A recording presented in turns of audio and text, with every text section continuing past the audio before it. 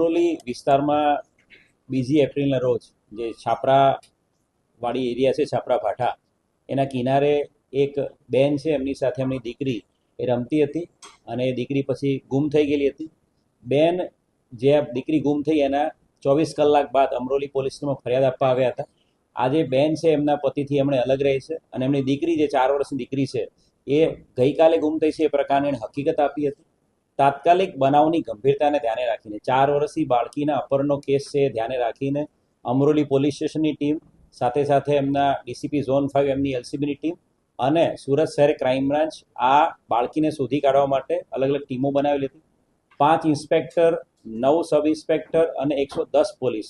એમ કુલ મળીને આ બધા અધિકારીઓની કુલ 10 જેટલી ટીમો સમગ્ર સુરત શહેર વિસ્તારમાં આ બાળકીને શોધવા માટે કાર્યરત થઈ હતી.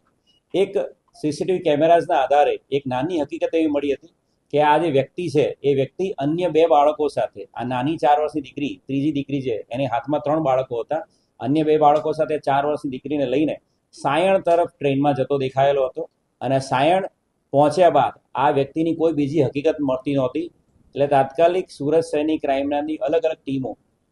સાયણથી વડોદરા, અમદાવાદ તરફના રેલવે સ્ટેશનો અને સાયણથી સુરત થઈને વલસાડ, વાપીથી મુંબઈ તરફના કુલ 43 જેટલા રેલવે સ્ટેશનો પર આ બાળકીને અને એના અપહરણ કરતા વ્યક્તિને શોધવા માટે અલગ અલગ 43 જેટલા રેલવે સ્ટેશનો ઉપર સીસીટીવી કેમેરા ચેક કરવામાં આવ્યા હતા. સાથે સાથે એક હ્યુમન ઇન્ટેલિજન્સ આધારે જે હકીકત મળી હતી કે આવા પ્રકારનો વ્યક્તિ અલગ અલગ જે લંગર કે પછી જ્યાં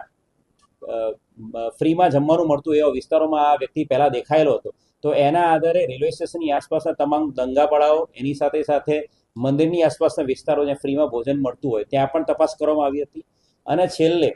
સોશિયલ મીડિયા ઉપર આ બાળકી છે એની હકીકત એના ફોટોગ્રાફ સાથે ગઈકાલે તમામ સોશિયલ મીડિયા પ્લેટફોર્મ પર મૂકવામાં આવી હતી. સુરત શહેરના 1000થી વધુ પોલીસ કર્મચારીઓ પણ પોતાના વોટ્સઅપ સ્ટેટસ ઉપર આ બાળકીની હકીકત માટે લોકોને અપીલ કરતો મેસેજ મૂક્યો હતો અને જેના આધારે આજે વહેલી સવારે એક મોટી સફળતા બાળકીને શોધી કાઢવા મળી છે. અમદાવાદના એક નારોલ વિસ્તારના જાગૃત નાગરિકે સુરત શહેર ક્રાઇમ બ્રાન્ચના પીઆઈને ફોન કર્યો હતો અને કહ્યું હતું કે આ ફોટોગ્રાફ જે સોશિયલ મીડિયા પર વાયરલ થયો છે, આ દીકરીને આ વ્યક્તિ સાથે મેં ગઈકાલે એક જગ્યાએ જ્યાં ફ્રીમાં જમવાનું મળે છે એ જગ્યાએ એને બેઠેલો અને જમતો જોયેલો હતો. તાત્કાલિક ક્રાઇમ બ્રાન્ચની જે ટીમો વડોદરા અને આણંદમાં તપાસ કરી રહી હતી એ ટીમો તાત્કાલિક અમદાવાદ જવા રવાના થઈ હતી અને સાથે સાથે અમારા જે ડીસીપી ક્રાઇમ બ્રાન્ચ ઓઝિયા સાહેબ છે એમણે અમદાવાદનો પણ સંપર્ક કર્યો હતો અને અમદાવાદની નારોલ પોલીસની ટીમ અને સુરત શહેર ક્રાઇમ બ્રાન્ચ તમામ ટીમોએ જે વિસ્તારમાં આ બાળકી ગઈકાલે રાત્રે જોવા મળી હતી વિસ્તાર કોર્ડન કર્યો હતો અને વિસ્તારમાંથી આ બાળકીને હેમખેમ શોધી કાઢવામાં સફળતા મળી છે. જે આરોપી છે પપ્પુભાઈ ખડિયા જાતે ભુરિયા, એ ઓરિજિનલી દાહોદનો છે અને અહીંયા તાપી નદીના કિનારે આ છાપરા ભાઠા એરિયાના કિનારે છૂટક મજૂરી કામ કરે છે અને આ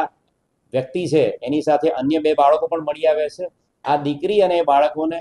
ભીખ માંગવાના આશયથી અને જેથી કરીને આ બાળકીઓ અને બાળકો એની સાથે હોય તો એને ફ્રીમાં જમવાનું મળી જાય અને ભીખ પણ મળી જાય એ આશયથી આ બાળકીને લઈને નીકળી ગયો હતો. એની સાથે જ અન્ય 2 બાળકો મળી રહ્યા છે. હાલ પ્રાથમિક પૂછતાછમાં એ એના બાળકો હોવાની હકીકત દર્શાવે છે, પરંતુ એ બાબતે પણ આ બંને બાળકોના વાલી વારસો બાબતે અને બંને બાળકોની આઈડેન્ટિટી બાબતે પણ હાલ ક્રાઇમ બ્રાન્ચ સુરત શહેર તપાસ કરી રહી છે. બાળકી જે છે એની સાથે કોઈ પણ પ્રકારનું અજુગતું કે કંઈ બીજું કંઈ થયું નથી એ બાબતે સંપૂર્ણ ડિટેલ એની મેડિકલ તપાસ પણ કરવામાં આવી રહી છે અને આરોપીને અમરોલી પોલીસ દ્વારા અટક કરવામાં આવશે અને એની વધુ રિમાન્ડ લઈને આગળની પૂછપરછ કરવામાં આવનાર છે.